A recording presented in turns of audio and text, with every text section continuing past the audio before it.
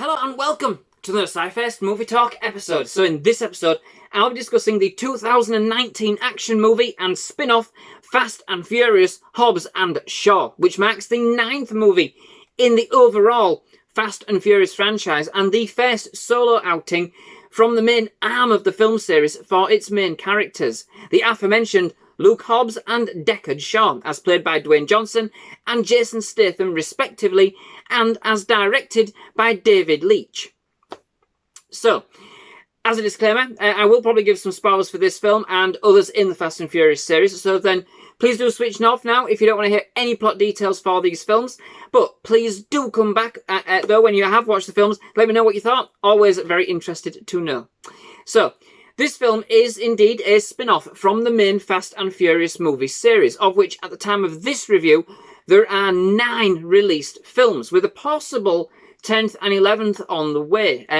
So yes, this is the 9th movie chronologically to be released in the series overall, but let's make it clear that this is not the 9th Fast and Furious movie. It is a separate entry altogether, using characters that were introduced in the main series.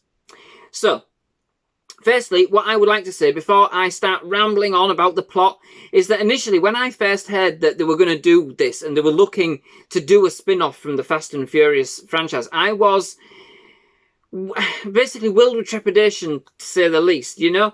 For me, at least up to this point, Fast and Furious was pretty much Vin Diesel, wasn't it, you know, when it's all said and done. However, I must admit that I was absolutely pleasantly surprised when I watched this film for the first time. And I must say that the sense of adventure and outrageous stunts that we have come to kind of love or hate, I suppose, depending on your take on it, as part of the Fast and the Furious series are very much intact here and alive in this movie, with both the main members of the cast, Johnson and Statham, showing some great on-screen chemistry, whilst also welcoming 2 new strong characters, Shaw's sister Hattie Shaw, as played by Vanessa Kirby, and the movie's villain, Brixton Law, as played delectably, if you like, by Idris Elba.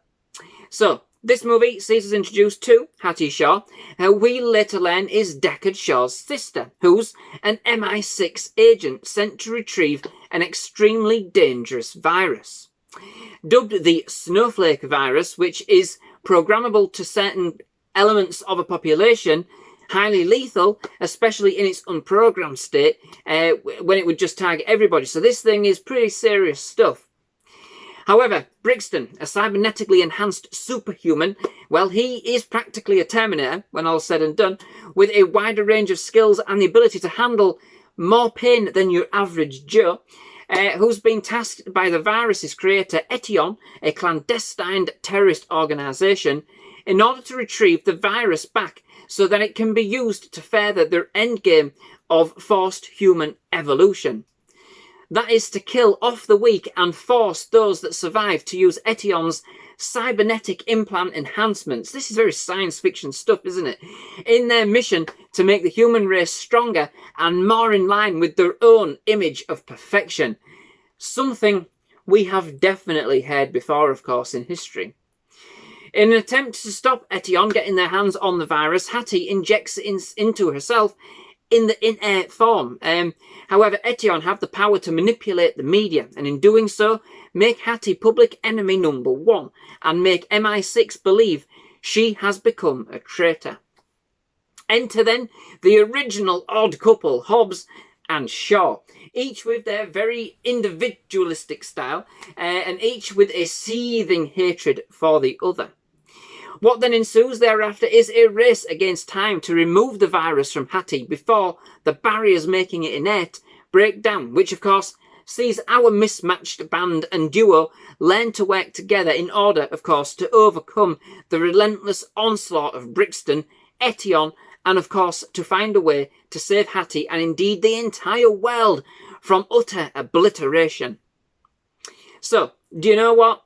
While I was sat there watching Hobbs and Shaw, I couldn't help but absolutely love it. It is fulfilled with all the same requirements that a Fast and Furious film has become to be known for. Outrageous stunts, over-the-top plot lines, but absolutely fantastic nonetheless. I must admit, all of the title characters absolutely pulled this off. I do love a bit of Idris Elba, and he was on top notch as the villain of this piece. But there was also that suggestion that there was something else going on with this introduction of Etion, of course, you know, the director of which remained unmasked and unseen throughout the movie, leaving that intrigue intact and, of course, paving the way for a sequel, which I do hope we get. It was an action film through and through, but as well balanced with comedy throughout, you know, which of course came from the antics of Hobbs and Shaw and their seething hatred. Well, of course, at the start of the film anyway, you know, which resulted in a series of scenes where each competes with the other to gain the upper hand, and they are, you know, exceptionally well done, you know, the fantastic fun. The film retained the vehicle chase sequences which have become synonymous with the franchise, of course, Fast and Furious, and it takes it up a notch with truly outstanding special effects and a number of nail-biting scenes. Two in particular do spring to mind, one involving a juggernaut and the other involving some modded pickup trucks and a helicopter. So, okay, some of, you know, have to take with a pinch of salt, as you do with all of these films. You kind of never expect too much realism, you know.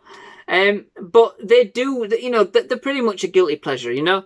And even though you know, nobody on this planet could hold together a pickup truck and hold together a pickup truck and a helicopter with just their sheer brawn and strength in a game of tug and war, it's exciting stuff nonetheless. Next thing you know, I'm going to have The Rock knocking on my door, aren't I? Just proving me wrong. Come on, Dwayne Johnson. Anywho, I'd run off. I wouldn't know what to do with myself. I think I'd be sitting on the toilet. The plot wasn't really anything new, but its execution and the banter between the characters made it worthwhile and thoroughly entertaining. Joking aside, he looks like like he'd be a right good guy to have around anyway. But anyway, I did like the introduction of the family history between Deckard and Hattie, and even their incarcerated mum, as played by Helen Mirren, who we had actually seen from the film, some of the films previously. And the fact that the film actually kind of centres around this element, which I thought was really good, kind of being very much about Deckard's disgraced entry from MI6 many years ago, and the kind of the factors which led up to this in becoming the villain that we are kind of known in Fast and the Furious 7. Yes. With an interesting backstory that really did kind of tie it into Brixton's in a very personal way, and that also went hand in hand with Etion and their ability to kind of twist the truth to their own agenda. The inclusion of the grifts that Deckard and Hattie used to get up to in their younger years and how they kind of linked into the movie was fantastic, and kind of added a kind of London-esque crime caper to the film.